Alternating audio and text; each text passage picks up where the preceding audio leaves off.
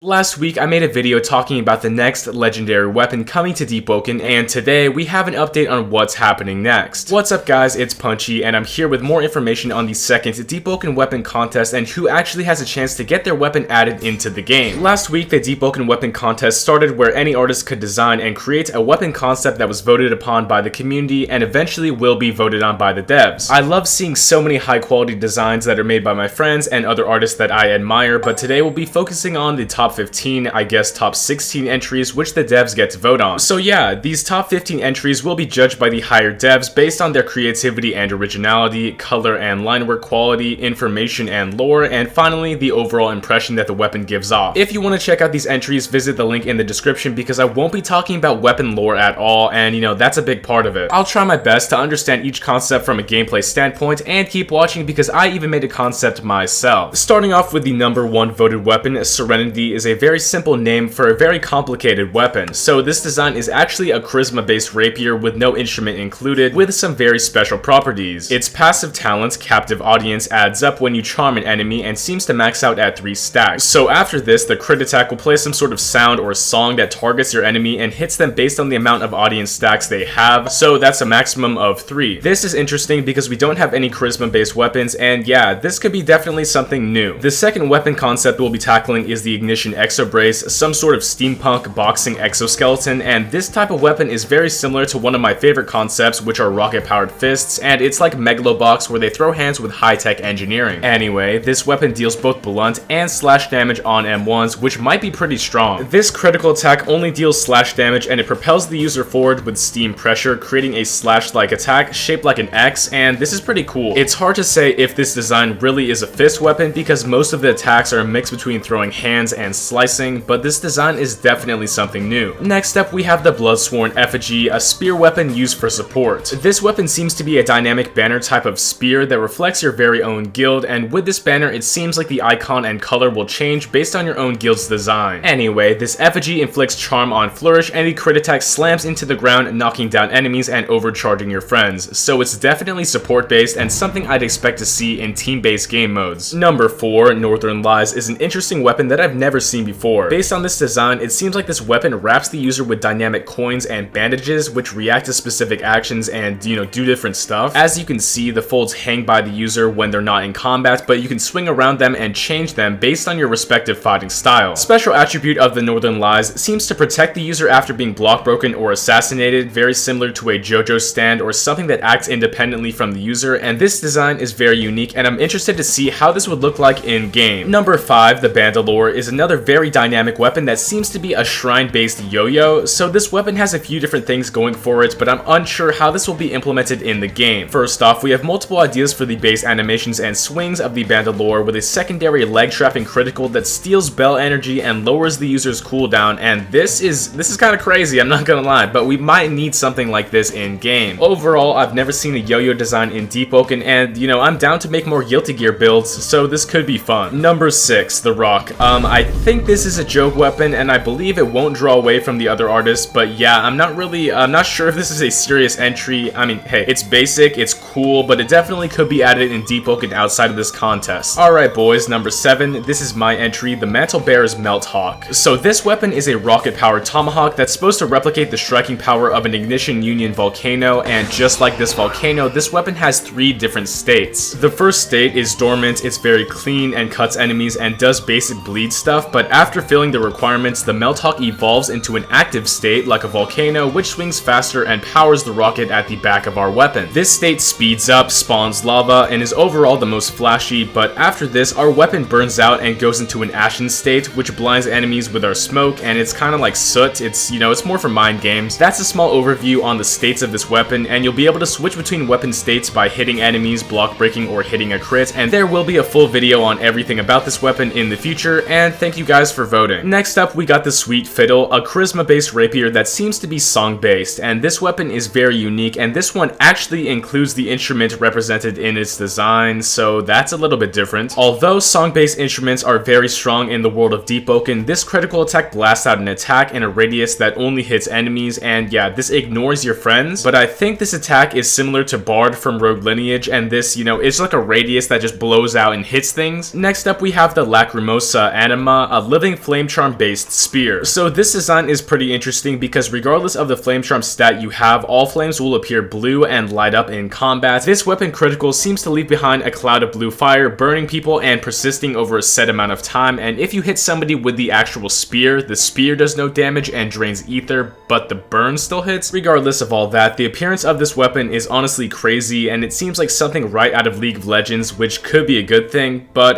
yeah, it's a flame charm legendary, which we are missing in Deepwoken. Next up, we have the Prophet's Veil, a weightless ribbon wand that can be used for a whole lot of trolling. This weapon design seems to be a golden one-handed hilt with a colored ribbon attached to the end, and when idle, the ribbon surrounds the user's body and lashes out when actually swinging. The flourish is kind of crazy, causing the user to do a whole backflip, which can be super confusing, I think. And after this, the ribbon critical lets the user spin in a circle while producing a wave-like slash that cuts up the enemy. We don't have any chain, rope, or ribbon-based weaponry, and this design is pretty cool. In spot number 11, we have the Sia, the Alchemist Stonefish. I'm gonna say it, I'm pretty biased since I love alchemy, but this weapon is very special compared to other Deepwoken weapons, and I'd love to see what this actually does in game. This weapon looks like a glowing blade containing several glowing vials, which affect the enemy differently based on range. Up close, this weapon critical impales the enemy and poisons them over time, and if there's a larger gap, this weapon sprays out poison mist that also damages over time. This weapon is super cool, but I personally wish that it would do with custom potions that you could make. Number 12, The Prophet's Grimoire is a book which unlocks the secret potential of an attunement user. In Deepwoken, we have hero swords, but this weapon instead is a light weapon with range, and depending on your attunement, its M1s have different attributes. With multiple different options, you can attack enemies from range, and this weapon is basically 3 different mantras, and further upon this book buffs your other mantras too, so it seems like it's going to be really hard to fight against. Number 13, the Coral Cannons. It's a bit of a joke entry, and it's also a bit weird, I won't even lie. So this is Destroy Man 2 or 3 or whatever this demonic thing at the bottom of my screen is, you know, whatever that is, but this weapon basically trash talks opponents and rizzes them up when it shoots. I mean, yeah, this actually says that. After this, we have Nephilim's Carcass, which is pretty damn metal. So this weapon is a skull, bone-based weapon that protrudes from the user's arm and swings like an extension of their body. So surprisingly, this weapon is a medium weapon and acts very similar to a basic sword, and the critical on this weapon is like the Crescent Cleaver, where the carcass grabs your enemy's throat or head and slams them into the ground, and this is pretty heat. Following this weapon, we have the Fireworks install, which is just Krita, and I'm a huge fan of this fighting style, and I love the steampunk design myself, so this would be greatly appreciated for all Just Krita fans. Anyway, this design says that these weapons are said to be loud and dynamic, and your kicks are like gunshots, which have high armor pen and leave enemies bleeding, so that's cool. Also, the critical attack lets the user jump into the air and smash down, which hits anything underneath. And finally, the last but not least, 16th entry, because I don't know if the rock counts, a legendary gun or the Iron Lotus. As somebody who thinks guns are a cool thing, in Deepwoken, this flame charm based weapon harnesses fire and shoots it right out. On click, you gain a new status called Overheat, and with the Overheat status, you deal more burn damage at the cost of hurting yourself. The more stacks you have of this status, the more you deal, but over 20 stacks, it cannot be extinguished, which might be insane. With this critical, you can remove 3 heat stacks and shoot a bullet, but if you hold your crit, you can gain Overheat, and if you do this for a while, it will just straight up explode. But yeah, it's a super cool idea, and hopefully this weapon is considered. And that's the top 15, basically, of the second weapon contest, and the devs will now continue to vote on these weapons, and we'll see one of them in game. That's all for right now, so leave a comment down below on what your favorite weapon was, and if you want to see more about my weapon, I will be making a full video on this in the future after the entire contest is wrapped up. Make sure to like and subscribe because we're almost at 60k subs. Thanks again, it's punchin' time.